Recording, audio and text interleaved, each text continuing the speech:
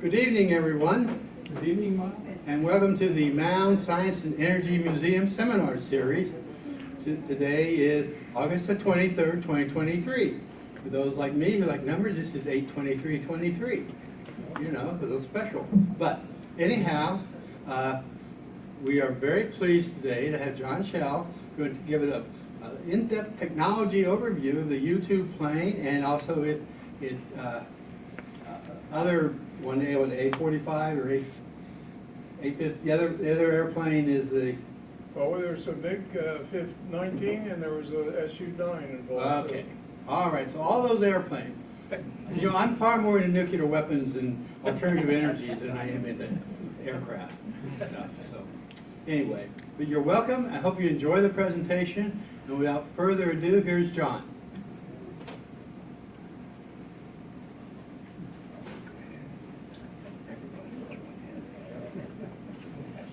Well, thank you, Bob.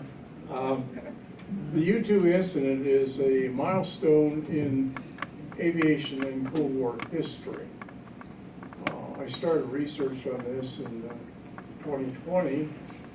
I wrote a paper on it called the SA-2 and U-2 Secrets Revealed.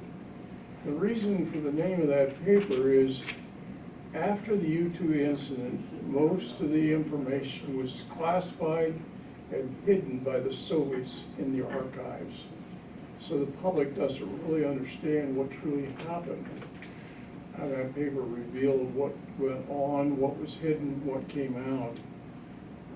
That's what I'm going to talk about tonight, along with more information I've gathered since then that I call the rest of the story. I've actually written to folks in Russia now that their fathers were involved in the U-2 incident. And so I've gotten more information to provide a rounded picture of what came down on May 1st, 1960. So let's begin with the rest of the story. And I should mention that I'm a docent at the Air Force Museum. We have a few other museum volunteers here today. And I give presentations on the Cold War around the area and other places. So this is one of my last ones now for the summer.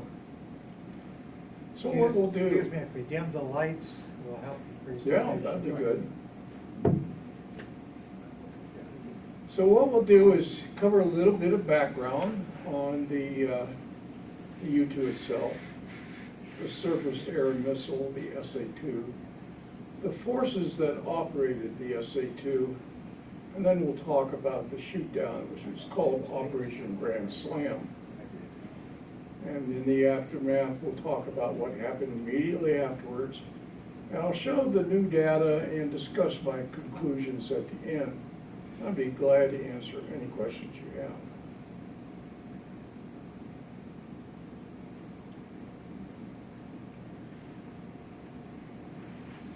The U-2 aircraft began flight in August 1955. Its first overflight was in July 4th, 1956. The reason for overflights was the Soviets were used to boasting capabilities they didn't have, and the Eisenhower administration wanted to avoid a surprise attack or surprise during the Cold War. And so by flying an airplane and taking pictures and collecting signals, he would help hopefully prevent a surprise. He would know what was happening before it happened. The U-2 itself was developed for the CIA initially and was tested at what's now called Area 51. It was titled a Airborne Air Weather Research Aircraft. It was a spy plane, as Gary Powers last month talked about, what his dad went through when he was shot down. The U-2 pilots had false identification, and the initial tail numbers had the word NACA, which is a predecessor of NASA. So they were false tail numbers that were assigned to the U-2s that were flown. The pilots signed contracts that later then they could revert back into the service, but while they were flying the U-2, they were CIA employees. The CIA planned the missions. They analyzed the data and provided the intelligence to the president. Maintenance was done by contractors at Area 51 and at forward detachments. The aircraft for overflights was not flown out of the United States. It was flown from foreign bases overseas, initially England, then Germany, and we also flew from the south of insurrect Turkey. There were a few missions from the east, from Japan and Alaska. So the U-2 was primarily flown in from the west or in from the south, depending on the targets that you were after. One of the first boasts of the Cold War period that the U-2 came up against was what we call the bomber gap. They had 3 prototype bombers that were the equivalent of a B-52. They were called Bisons. They were 4-engine jet intercontinental bombers that could carry nuclear weapons. And they would fly these over the military parades in the Soviet Union, and then they'd circle those same planes back around and fly them over again. So after about 8 passes, you thought maybe they had a fleet of 24 airplanes. And that was disheartening or annoying, or alarming, I should say, to the West. And there was a lot of pressure on the Eisenhower administration to provide increased funds for B-52 production. But he wanted to get a real handle on that, so he used the U-2 initially to fly over the Soviet Union and look for the bomber bases, the Bison bases. This is one of the very first, in fact, it's the second overflight. It's taken over Belarus. There's some mid-range Badgers. They were not the equivalent of the Bison. They're bombers, but they're not the equivalent. There's some small fighter MiG-17s sitting there. They also flew over the plant that was supposedly building them southwest of Moscow. It was not building any Bison, so it was a bluff. They weren't even in production. Those 3 prototypes had a lot of problems, so they were delayed by a couple of years getting into production from this time. But that's an example of the type of things that went on. They would boast they had something, we would try to confirm it, and that information was used by the president.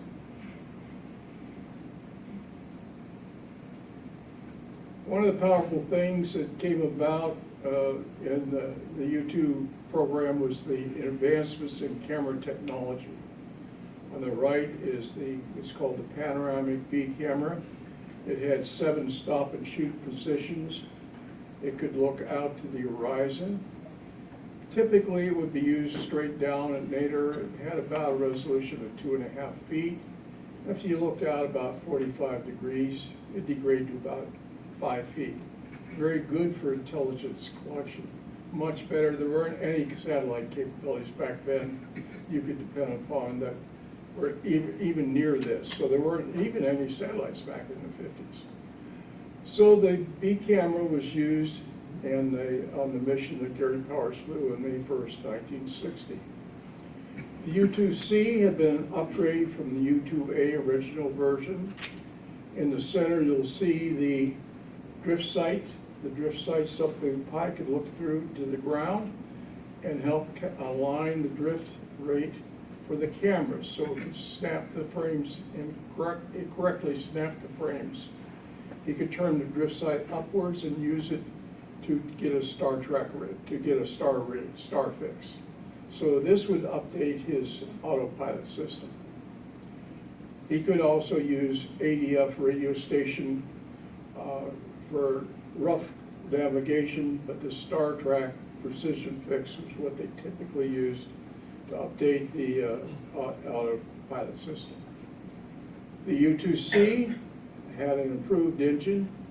It could fly at 76,000 feet, but for this mission it flew at about 70,000 feet to save fuel. It did not have any warning device for the SA-2 surface-to-air missile. As we'll learn in a minute, the surface-to-air missile is a radar-guided missile, and there was no ground warning device on the U-2 that a missile had been launched against it. It did have signals collectors, so it collected signals on other ground radars associated with air bases and such, but it didn't have any warning for the SA-2. And it didn't have any countermeasures. It didn't have radar chaff or anything to counter a missile. Now, when the Soviets wanted to detect an incoming target, the first thing would be an early warning radar. What's shown there is the P-35 Barlock. It could look out to about 200 miles. And this was a big concern to President Eisenhower. He knew that if they could see us coming early, there'd be a higher chance they could establish track and establish a shoot-down capability. So collecting data on those Barlocks was really important. Initially, we didn't see any coming in from the south. And they could go, like I say, they could go out to about 200 miles. After early warning detection, the information was passed to an acquisition radar. This radar that you see there is called the spoon rest, the P-12 spoon rest. The antenna rotates about 6 revolutions per minute, and it collects data in terms of range to the target, bearing to the target. It has an IFF interrogator, so it knows whether it's a friendly or foe, and it knows where is the target's at. The information would be remoted to a display in both the radar van and the command van. So that radar display you see there is the rotating beam, and a man standing beside a glass tablet then would plot where the incoming aircraft was every 1 minute on a piece of glass. The reason for that was that was kind of their big screen situational awareness display, but it was also a means for after the fact to record where the aircraft had flown. They would take a tracing paper, lay it over the glass, mark where the route was, and then lay that over a map. So that became a permanent record of how the aircraft came in. They did not have magnetic recordings that they reviewed after the flight. They basically made a paper tracing and put that onto a map.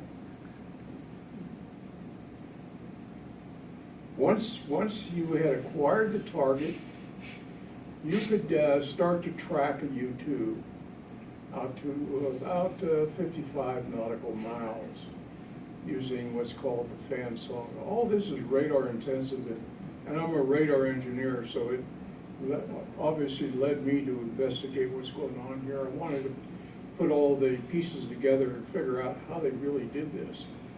The fan song radar is a radar that looks at a small sector of sky, about 15 degrees by 15 degrees. The elevation beam goes up and down, the azimuthal beam goes left and right, and it pinpoints where the target is. Once a missile is launched, there's an antenna on the end that provides guidance commands. The way those guidance commands are generated is the radar tracks both the launched missile and it tracks the target, and there's a computer inside the van that computes the closing of the missile and the target and provides guidance corrections. The missile's a big long missile like a flying telephone pole, so you don't make quick corrections, you make slow corrections because it can't turn that fast. It's like a big telephone pole flying up at you. In fact, here's the second stage of an SA-2 missile. The first stage is a rocket. The rocket fires the missile, it falls off after about 4 seconds, and then the missile continues on. So the missile's liquid fueled, and you can see the antenna on the back for both transmitting the missile position by a beacon signal, and it also receives guidance commands. There's another antenna bringing guidance commands to guide the missile towards the target. By using different frequencies, they actually fire 3 missiles and track 3 missiles with one fan song radar. The reason for multiple missile firings is to increase the probability of a kill. A single missile isn't going to be nearly as good as 3 missiles fired. So This was typically done. They would try to fire 3 missiles if they could. Once the missile gets close to the target, by close, I'm saying about 300 meters. Fairly far away, but fairly close, depending how you look at it.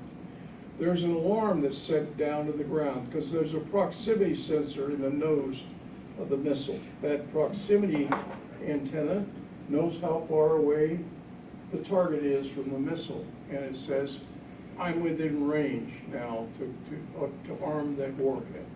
And there's an arming command that goes up from the ground. So all this is highly interactive back and forth between the ground and the air. It's just not an automatic firing. There's a lot that goes on to create an SA-2 missile kill. So once the arming command goes up and the missile is armed, then once it gets close enough, the warhead is detonated and fragments come out of the warhead and hopefully hit a wing or hit a tail control surface, and that brings the aircraft down to the ground. So you have men working through radar systems to guide a missile to the target. Now, their equivalent of our Air Defense Command was called the PVO. It stood for the Soviet Troops of Air Defense. The PVO had interceptor aircraft, it had fighters, it had, at this time, it had SA-2 missiles. Later it had different surface-to-air missiles. But in 1960, the latest missile was the SA-2. So those troops of the Air Defense Command were commanded by a commander-in-chief who was the equivalent of their Army commander or the Navy or Air Force commander. His name was Sergei Berezov. So he was the commander-in-chief of the PVO, pretty powerful person. Under him, for interceptors, he had General Yevgeny Savitsky. Savitsky's call sign was the Dragon. The Dragon was a World War II fighter pilot. He's now in charge of all the interceptors that are protecting mainland Soviet Union. Also under Berezov is Lieutenant or Colonel General. It's actually a 3-star, so I call him Lieutenant General. Pavlov Khrushchev. Khrushchev was in charge of all the SA-2 missile forces. So there's your lineup of key players that had their headquarters in Moscow. And then they had detachments like districts at different towns. The biggest one that we're going to talk about, the 10th district, was located at Sverdlovsk, which is right near where Gary Powers was shot down, the 10th district. Just before Gary Powers' mission, they flew in April of 1960. A U-2 mission was to be flown towards the east, towards a nuclear test site there, collecting data here at Sarah-Chagrin. That's where their SA-2 training center was. So again, they're looking for new radars, new equipment that hadn't been seen before, and they put out intelligence updates that the community uses to assess the Soviet strength and their capabilities. And last they flew over Tyuratam. That's their Cape Kennedy. Their ICBM test site was at Tyuratam. And so they flew down back in, I think they recovered in Iran on that, but eventually they brought the aircraft back to Turkey. So even though the aircraft were based in insurrect Turkey, they flew out of Peshawar, Pakistan, because that was actually a shorter route into the Soviet Union. So they would fly those in the night before and take off from Peshawar in the early morning. Well, on this mission for the first time, they had early warning detection of the U-2s that came over. It was a 6-hour mission, and not a single SA-2 was launched. Khrushchev was infuriated and embarrassed. He was so embarrassed he did not even protest Eisenhower. But he called for an official investigation, and there were a lot of PVO officers which were demoted and chastised, including Khrushchev was severely chastised for not anticipating this long mission, not being able to do anything. So this was put them on warning that they had better do better next time. So the next mission was going to be Gary Powers' mission on May 1st, 1960. They were now all on edge. The CIA analyzed the radar recordings from this mission, and true enough, they saw that they had been detected by those Barlock radars very early, but they didn't tell Eisenhower. Eisenhower would have maybe canceled the mission. The CIA wanted the data so badly, they made a call not to inform the boss, and the mission went on as planned on May 1st, 1960. So let's talk about the mission, Operation Grand Slam. And this is probably the only place where you're going to see it laid out end to end. You'll get other snippets of it, but I've attempted to methodically put all the pieces together end to end here. It was almost a 10-hour mission. It was the first cross-country mission of the Soviet Union, flying from Peshawar and landing in Bodo, Norway. They had key targets at Tayartan, which is the missile test site, at Sverdlovsk, which was a suspected manufacturing site for ICBMs, along with Kirov. That's a suspected ICBM manufacturing site. And then on up the road to Plesetsk, that's a suspected operational ICBM site. Again, suspected because in terms of ICBMs, they boasted they were operational, but we weren't sure till we overflew the site and really knew what they had done. And then the last thing up there in Murmansk, that's the Western Soviet fleet. And they're looking for submarines with ICBMs on them. They're also just looking for nuclear submarines up there. So the plane takes off from Peshawar on this mission. Its altitude is going to be about 70,000 feet. Fuel is at a premium. Is the sound okay on this? Yep. Okay, you're hearing me fine? Yep. Okay, good. So they needed a little extra fuel for that long flight, so they put slipper pods on the wings. Those are those little slipper pods there. They each carry about an additional 100-gallon of fuel.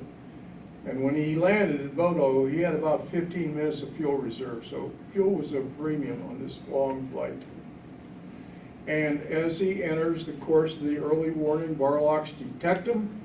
The Soviets immediately ground all their civilian flights in this area, so there's no civilian aircraft up there. Just the military aircraft up there. And of course, Khrushchev and his Minister of Defense, Malovinsky, want to know what's going on, and they call Bruzov several times. Finally, before he went to the parade, Bruzov said, you know, we've given the PVO all the necessary means of money and so forth for defense, and you can't shoot down a subsonic plane. Well, he hadn't really gotten too far into the mission yet. He hadn't really gotten up towards the SA-2 sites. He was just down in territory below the SA-2 sites. And this was a problem because there was competition within the PVO. Savitsky was very aggressive, and he wanted to get credit for the kill. So what did he do? Well, he set up 2 Su-9s.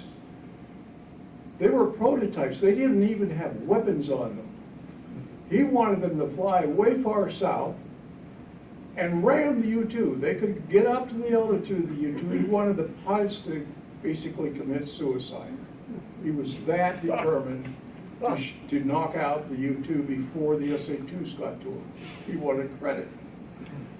Well, unfortunately, the prototypes had not really been vectored for very long. The GCI site just south of where they took off at Kosovo, the operators weren't used to flying the Su-9 air envelope, and they flew it too hot and too fast.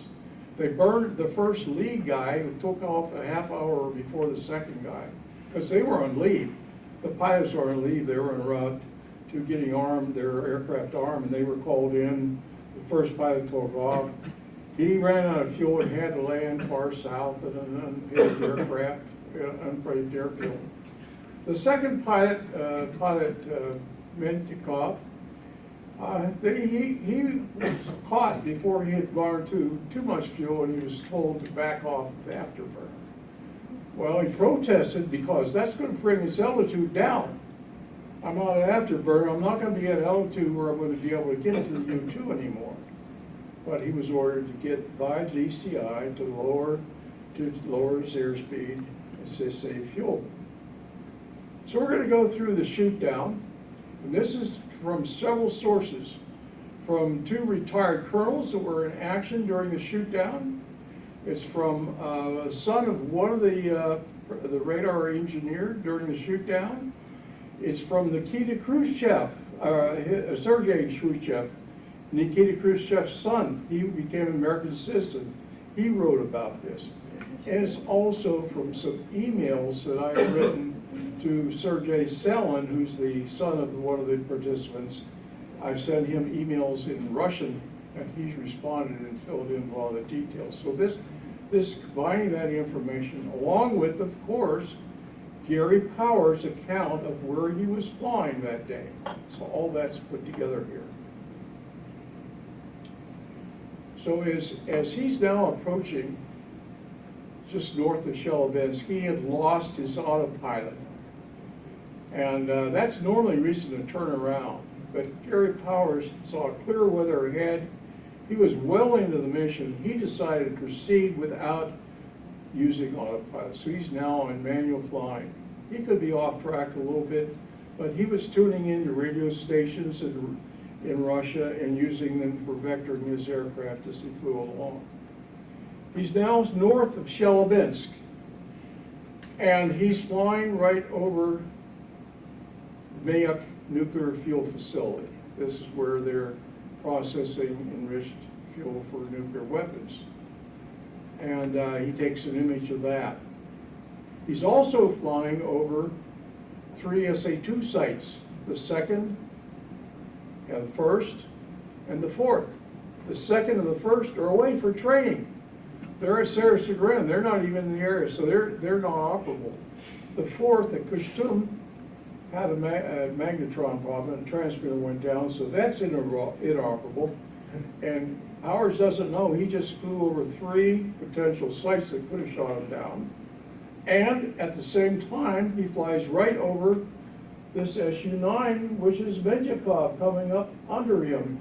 He's about 6 kilometers below the U-2. He doesn't see Powers, and Powers doesn't see Mentikov. So he passes him. So there's 4 different ways he could have been shot down, and he's unaware of any of this. So now he's about to make a slow right turn northward on about a 3-minute leg, according to Powers. So he makes a slow turn right. Whoops, wrong way. And he enters the kill zone of the 5th Battalion. I don't think I explained kill zone. Kill zone is when you're close enough for the missile to be effective. Beyond that range, it's not effective. And it turns out that's about 18 nautical miles. Fairly close when you think about it. But that's how close it was to the 5th Battalion. So once he's in that red ring, he can be fired on. But the commander of the 5th, Lieutenant Novikov, is really confused. First off, he has 2 airplanes on his radar screen. He doesn't know which is the target. Because you'd think they'd have IFF on for the Su-9? No. The only person that has the IFF on at that time would be the lead aircraft, because they wanted to prevent co-channel interference. So the trailing wingman didn't have his IFF enabled, thus he shows up as a target, just as Powers shows up as a target without the right IFF identification, friend or foe response. So now there's 2 bogeys on the screen. Novikov is confused which is the right one, and GCI tells Mentikov, move further to the right, separate yourself. So Powers also, Novikov, the commander of the 5th, also has coordinates transmitted up to him by radio, which don't match his radar. Well, what he wasn't trained on is anytime you have a small time delay, that transfers to a range offset. And because the radio introduces a small time delay, the coordinates don't match up in range, and that's what he was seeing. So he has now a discrepancy in the coordinates. He has 2 bogeys, and even though he's told to fire, he's waiting this out because he doesn't want to make a mistake. So there's a 3-minute long leg that Powers said he flew before he made his final turn. He's on that leg. He's now about to make the turn, and Novikov has sorted out the issues. He's ready to fire. He's ready to fire now. He's figured out where Powers is. He understands what he has to do. So he orders his firing officer, fire the rocket. Firing officer pushes the button. Nothing happens. Well, the firing officer's looking through and figuring out what's going on. Well, he had left the firing position in test rather than operate. And after a couple of minutes, he moves it over to operate, press the button, the missile goes up. Well, okay, that's good. He got a missile up.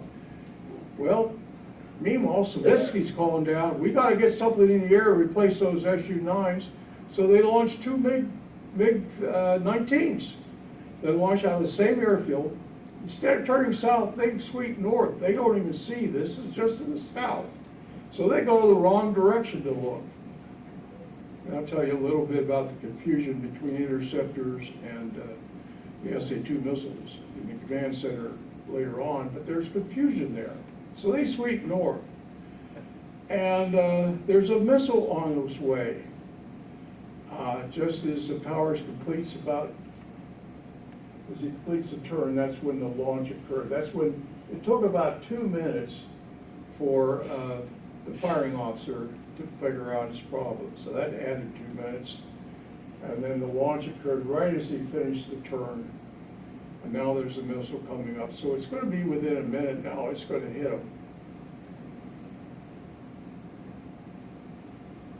And sure enough, the arming command was given. The missile detonates below and to the right of the rear, and Powers feels a bump. And that's the first missile that was launched just after, as he's about to exit the kill zone, just right at the edge of the kill zone. Well, the SA-2, I'm sorry, the U-2 starts into an inverted spin. The way it does this is as soon as the blast hits the stabilizer in the rear, it tears off the right rear stabilizer. It also damages the right wing. And so the U-2 dips to the right, and Powers is able to level the aircraft. Okay, good. Now it noses down, but he can't pull the nose up. He's either lost the tail, but he's really lost the rear stabilizer. So it goes down into what we call a stall. The aircraft's now gaining speed. It's going down in a stall, and he picks up because the airspeed's increasing. He goes into a secondary stall and stalls again, and then flips over on its back and starts to spin in a clockwise direction. He's upside down, inverted in the U-2. And he's going to spin now to the northeast. So he leaves the zone of the 5th. He's still in the cockpit. He's spinning downward towards the 2nd Battalion. 2nd Battalion is led by a Major Voronov. And if you Google, you'll find that's the guy that shot him down, according to Google, according to old Soviet records. So he's going down in this aircraft. Voronov fires a missile as soon as he gets a chance to. And as soon as that happens, he sees interference from the U-2. He sees what appears to be radar chaff. That's what he wrote in his report. U-2 didn't carry chaff. what Voronov was seeing was the debris from the explosion and the debris from the airplane breaking apart. But it looked on his radar display like chaff. It looks just like chaff. What it did also is it prevented the signal from the missile, the beacon, from getting down, and the guidance to his missile from guiding the missile. So his missile becomes unguided. So he's now shot an unguided missile, powers it upside down trying to get out, and does get out finally. But here's what happens. The missile goes for about a minute, explodes near the end of the kill zone, and power escapes just after about a half minute after the missile is fired. He's a very lucky guy. He pushes himself out of the cockpit downward at about 30,000 feet is where he pushed out. And then after the air chute opened about 18,000 feet, he was able to then parachute down to Earth. And that's what Pranay, who's in the audience, Pranay Bharadwaj, I'll introduce him at the end. He'll calculate this, along with Joe Mattis from the museum. So this is the first time we try to put all this together. Now the PBO has two reports. One report from the 5th saying, I think I shot him down because it appeared like it broke up on my radar, but he didn't say I did shoot him down. That made a big difference. The 2nd Battalion said, I just launched a missile. I don't know what happened. So we have two kind of incomplete reports. And as far as the PBO concerned, they got to keep looking because they think the U-2's still in the air. But it's on its way down. It was shot down first by the first missile. And all of a sudden, then just north of where Gary Towers was going down, there's the 1st Battalion sees an aircraft coming in at about 9 kilometers altitude. Doesn't know what it is. It doesn't identify itself. It's Mentyakov. It is issue 9 with no IFF working. He calls his headquarters and says, hey, I got an aircraft here at low altitude. What should I do? They said, well, it must be the U-2. We haven't got a positive kill report. Go ahead and shoot. So he did. It's just Mentyakov coming in for a landing at Kosovo.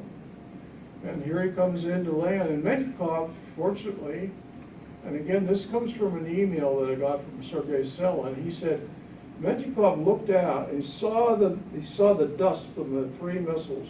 There were 3 launched, and he saw the dust as they were fired. He went down even lower.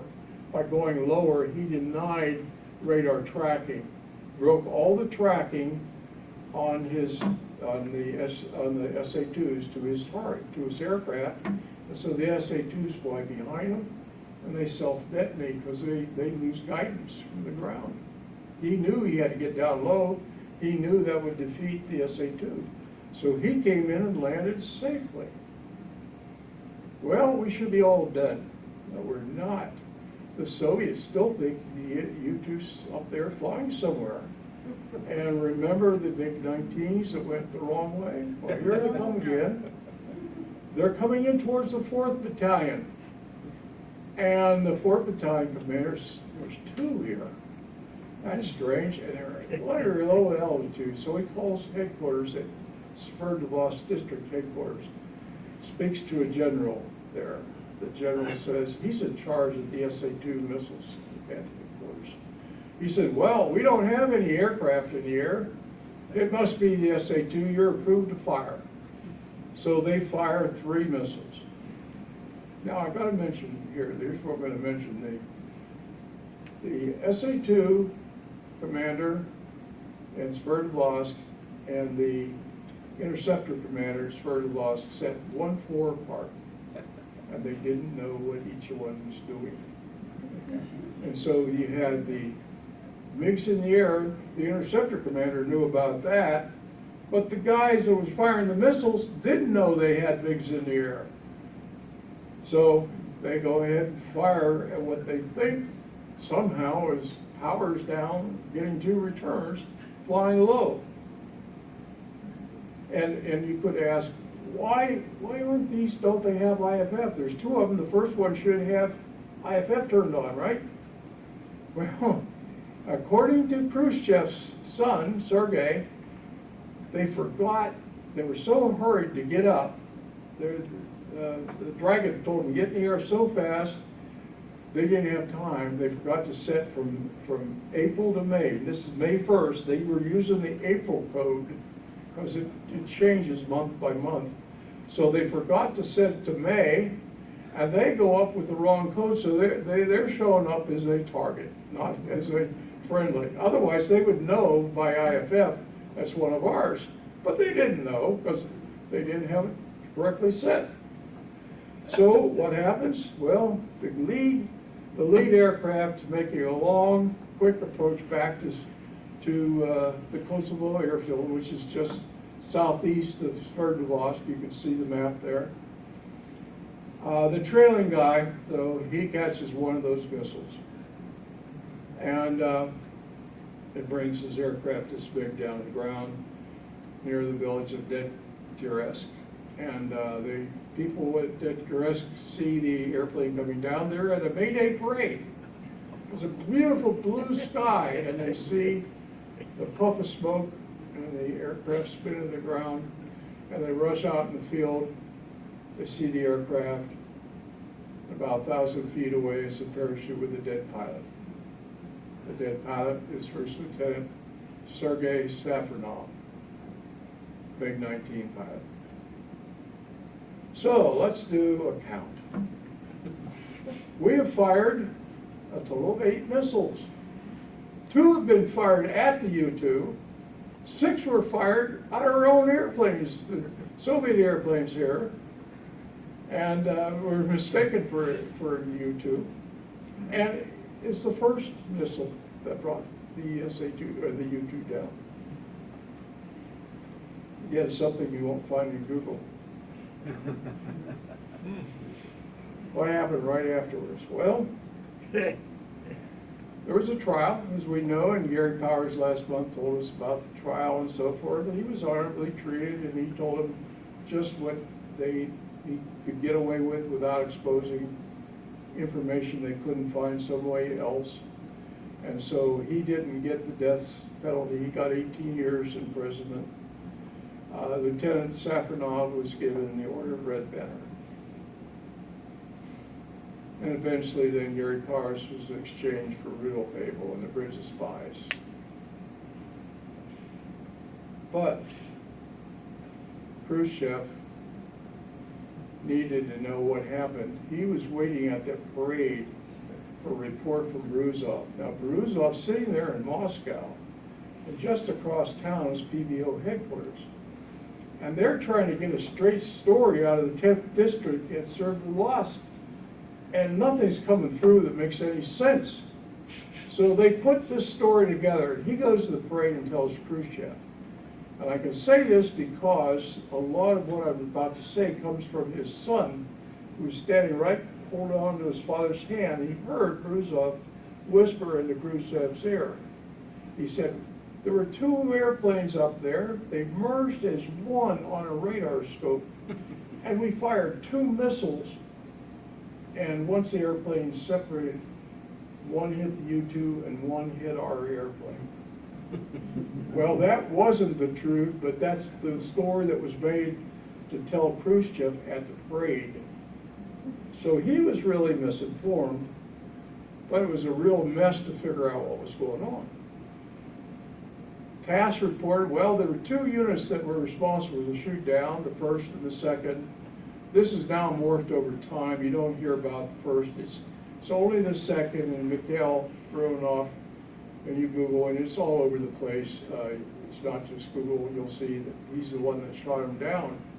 Yet he's the one, remember, that said, I shot a missile, I saw radar interference. He didn't report any arming, he didn't report any results. So he never has been able to tell what happened. You just know he's fired a missile. So they began an investigation, but it's a fairly short investigation. First off, They gathered the U-2 up, they reported where they located where they were landed. In fact, Pranay and Joe used that in their analysis.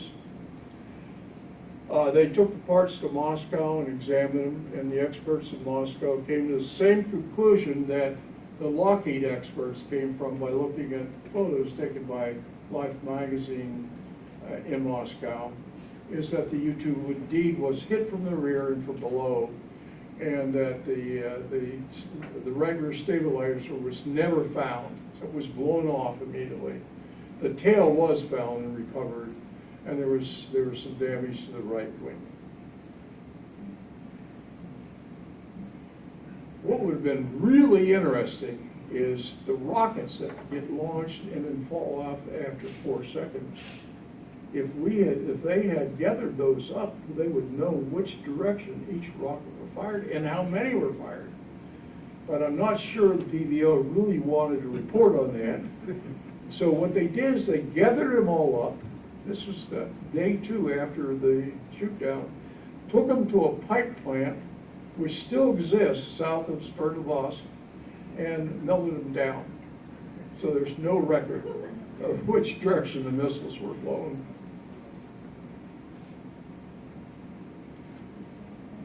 And the cabins were opened up. They were locked immediately after Gary Powers was captured. And as soon as the investigation teams arrived, they opened them up and took those tracings and maps and presented them to the team. So there's a matter of record now that from each of those cabins what happened.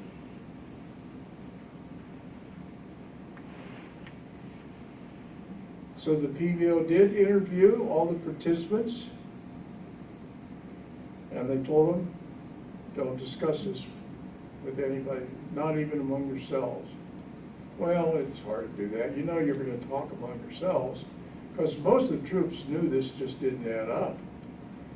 But I think they were very honorable in the sense that they did not talk openly. They didn't talk to the press. In fact, a lot of the information I get comes from Colonel Samoylov, retired, who was, I think, a major at the time.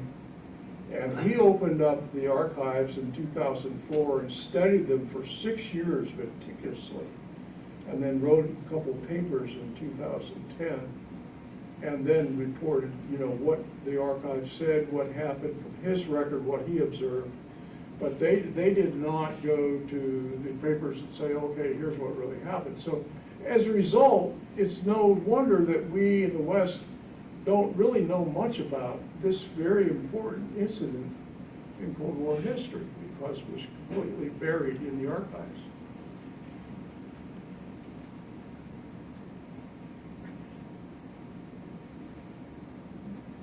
Now, they did write internal reports. Samoylov documents a lot of those reports. They're in the archives. I've been not able to get those, but Samoylov did talk about some of the content that went into more detail of what happened. There's conflicts of information, obviously. There's confusion. But what was sent to Khrushchev and the Minister of Defense, Malinovsky, was very summary, very top level. They basically wanted to reinforce the story that Khrushchev was told at the parade by Bruzov. They were protecting their careers, obviously. If they had told something drastically different, it would be bad news. So the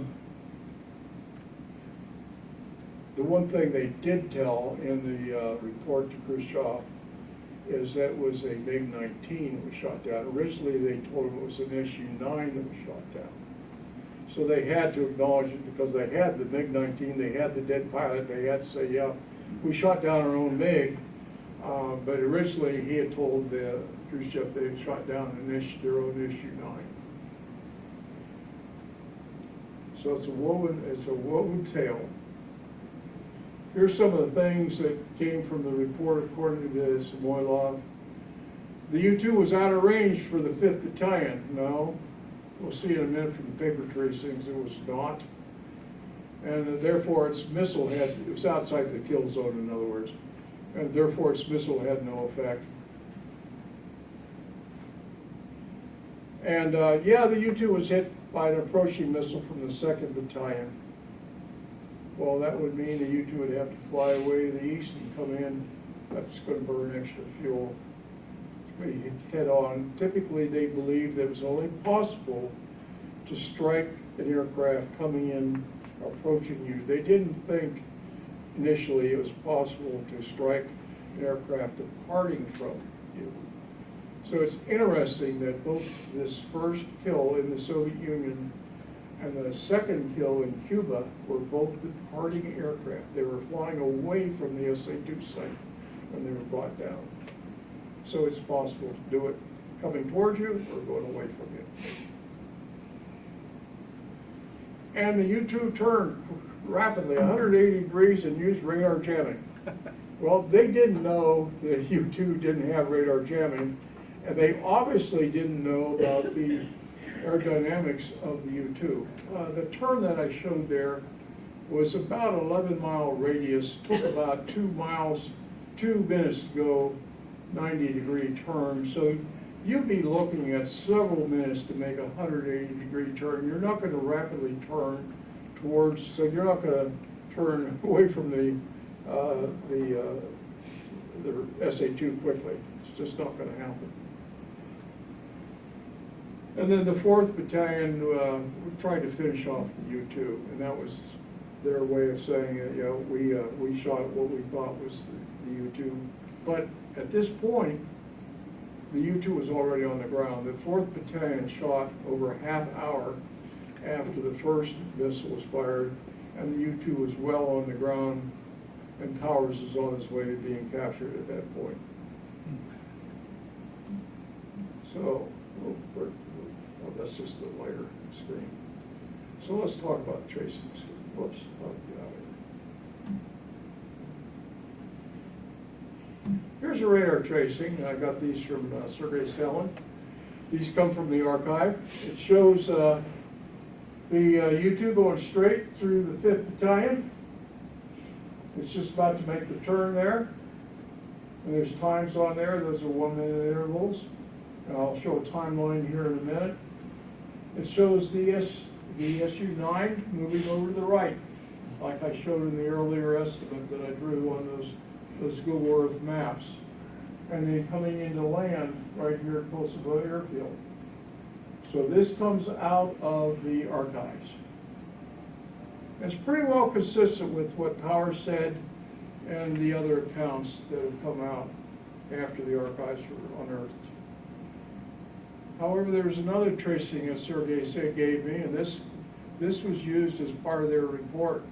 It shows the U-2 coming way to the right and flying towards the 2nd Battalion, which would match up with Voronov.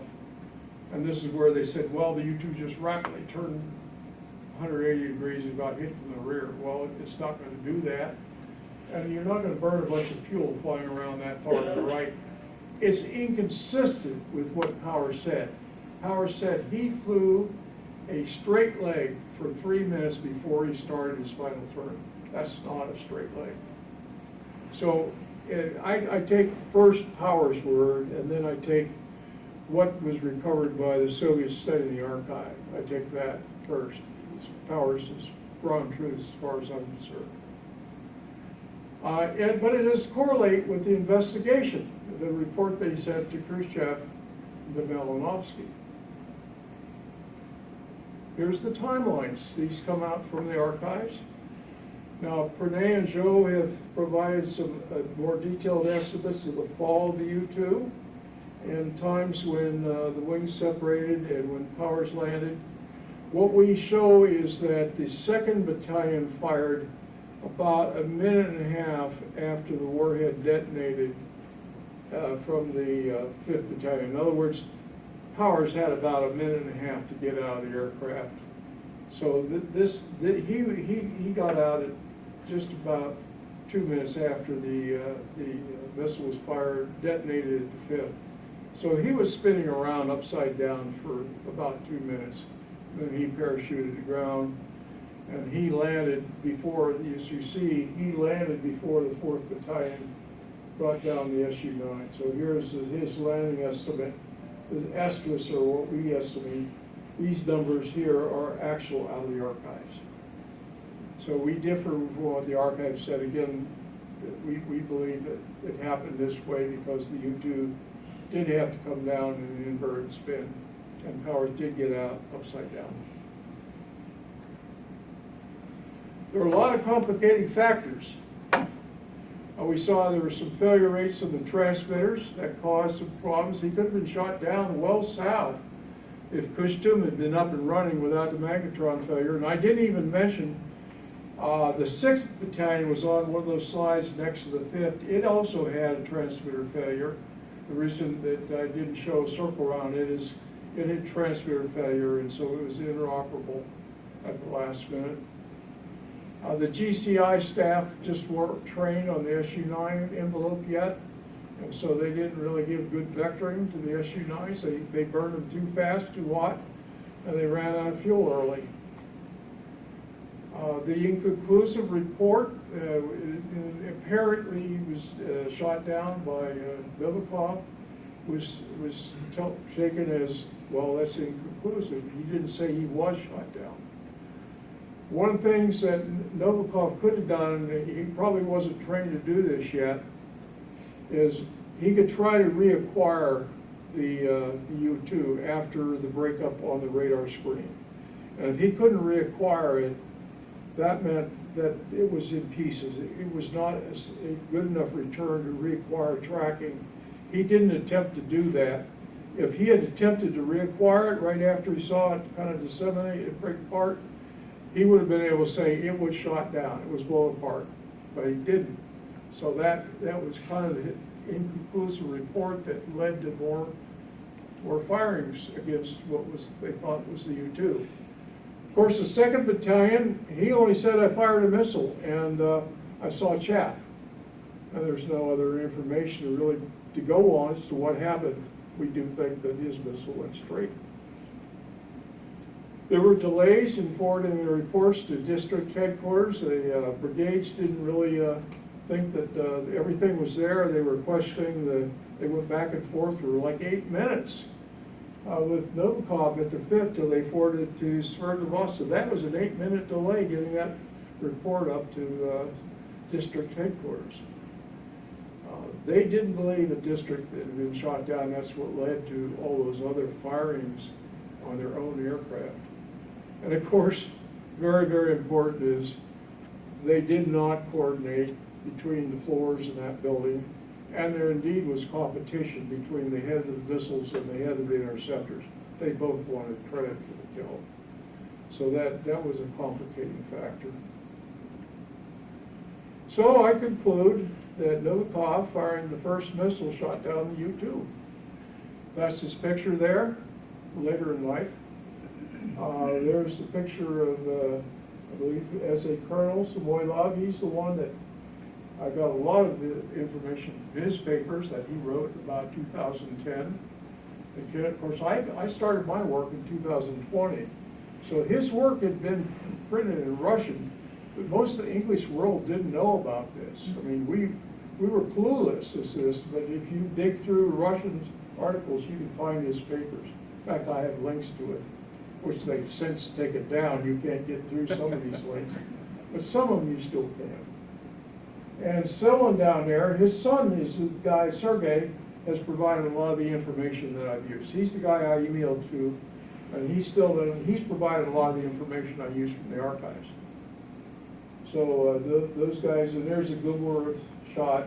You can see where the Raptor launchers might have been. It's overgrown with trees right now, but that's the site right there is where it's at.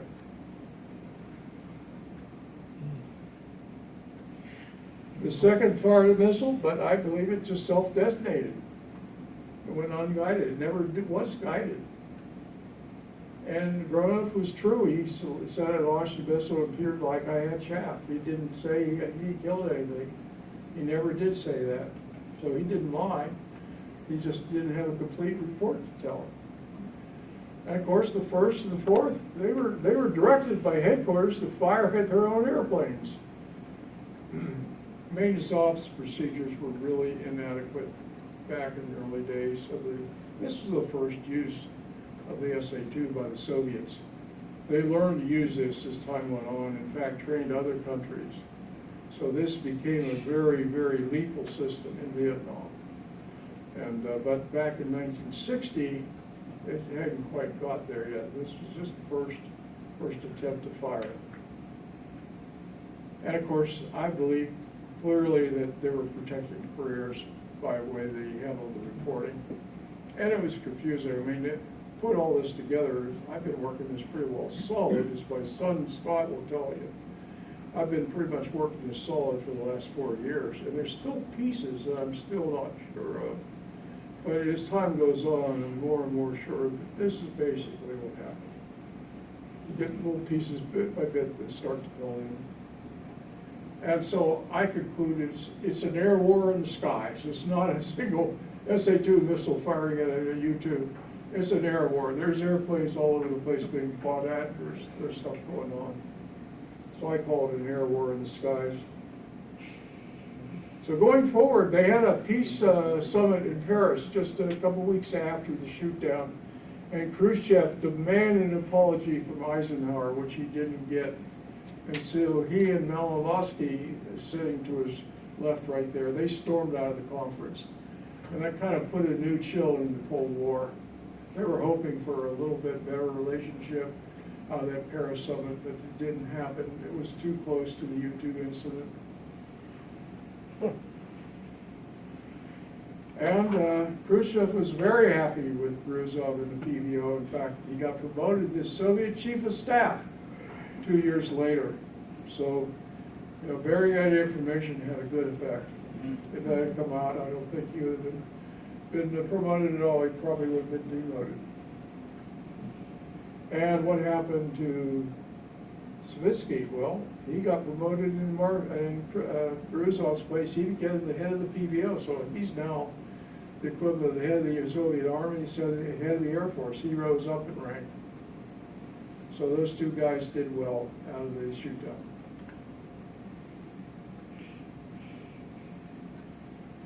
The SA-2 has probably been the most widely exported missile system of all surface-to-air missiles. There's ones that come later.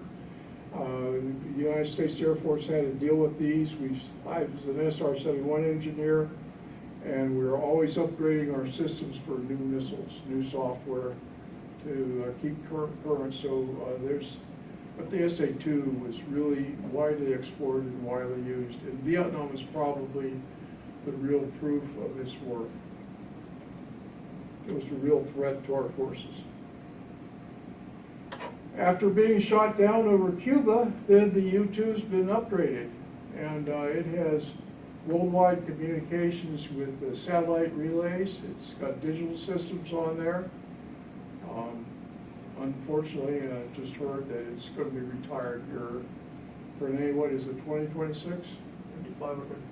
Yeah, so it may be getting retired, but we've heard this story before. It's the longest flying aircraft short of the B-52, so it's been around a long time. Only the B-52 has flown longer than the U-2. And it still provides valuable intelligence. And after he returned from prison, one of the things that Powers did before he had a tragic accident in a news helicopter is he went to work for Lockheed as a test pilot. So I want to acknowledge a few people. First, Chris Pocock, who's unquestionably the leading U-2 historian in the world. He was on the video that we showed at the beginning. He has provided me the initial information and provided critique as recently as just 2 days ago. Chris has been very, very valuable in keeping me on the right track and training me how to write good papers. I want to thank Lin Zhu. Lin Zhu came to us from China. He was at Tiananmen Square. He escaped China. He became an American citizen, worked at Kodak. And he's gone to the National Archives, and a lot of data that I have in imagery is from Lin Zhu. Of course, I want to thank my museum compatriots, Pranay Bardwaj, who's here. Pranay's an engineer working in the Cincinnati area. And he was invaluable in helping to do this analysis of the blasts in the fall of the U-2. Joe Mattis, also working at the museum, also was a major contributor in the fall and the break part of the U-2. And with that, I am glad to take any questions you might have. Question? Thank you, John.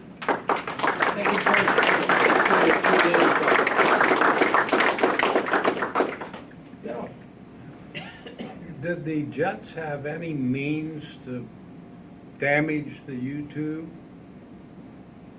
No, you're talking about where Minskoff said he flew by and his washed the U-2 to knock the U-2 down? You're referring to that tail? Well, they put jets up. They put jets up. They weren't going to have any effect No, against. not really. Then there's a tale that he told back right after the incident that he caused the U-2 to fall because his jet wash washed it down.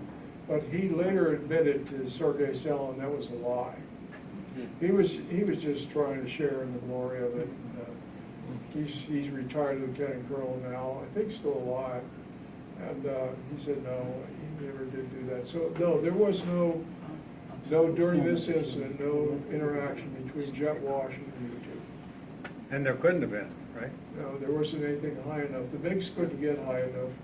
And the Su-9s were ordered out of afterburner, so they came down in altitude. What's the operational limit of the MiG?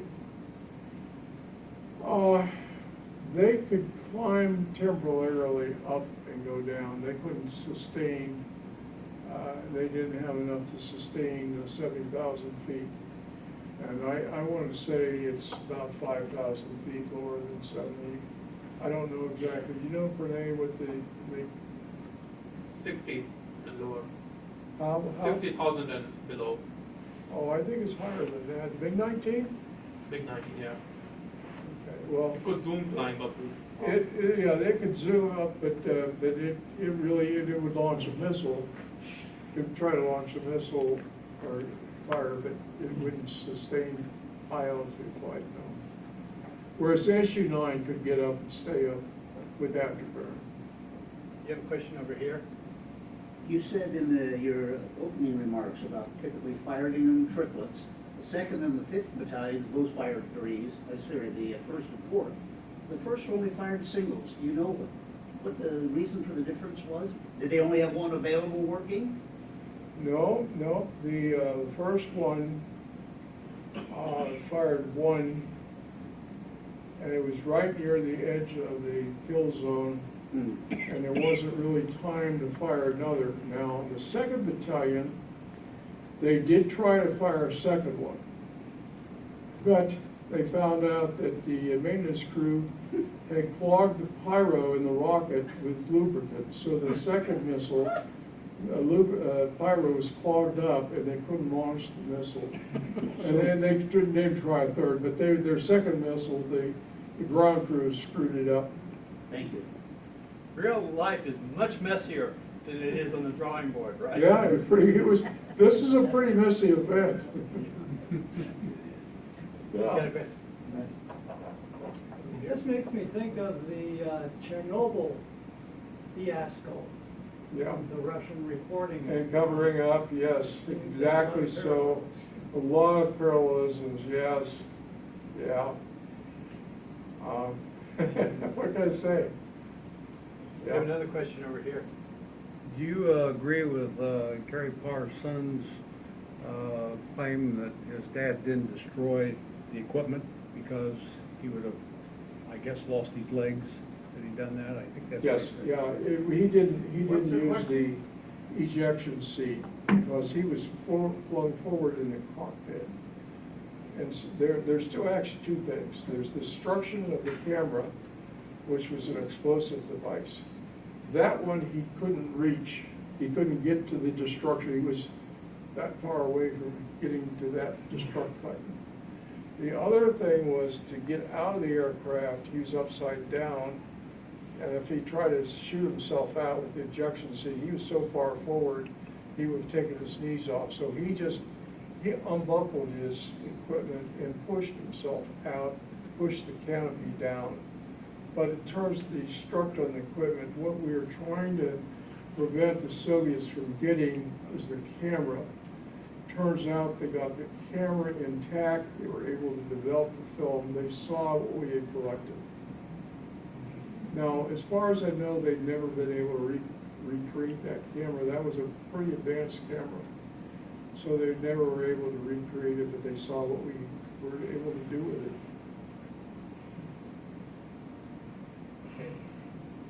Of the 1 MiG that was shot down, which of the missiles, was it the Fourth Battalion missile that shot it down, or, you know, because there were like 3 or 4, was that, that missile was the one that The shot? MiG that was shot down Yeah. was done by the last shooting by the Fourth Battalion. Okay.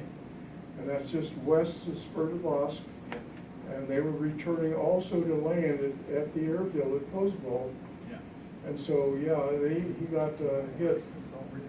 Unlucky in the wrong place at the wrong time kind of situation. Yeah, yeah, and if they had their IFF enabled, the lead that they had is IFF, Yeah. they probably wouldn't have had that at all. They would have actually gotten out of there with pretty messy amount of missiles fired, but no losses of their own aircraft.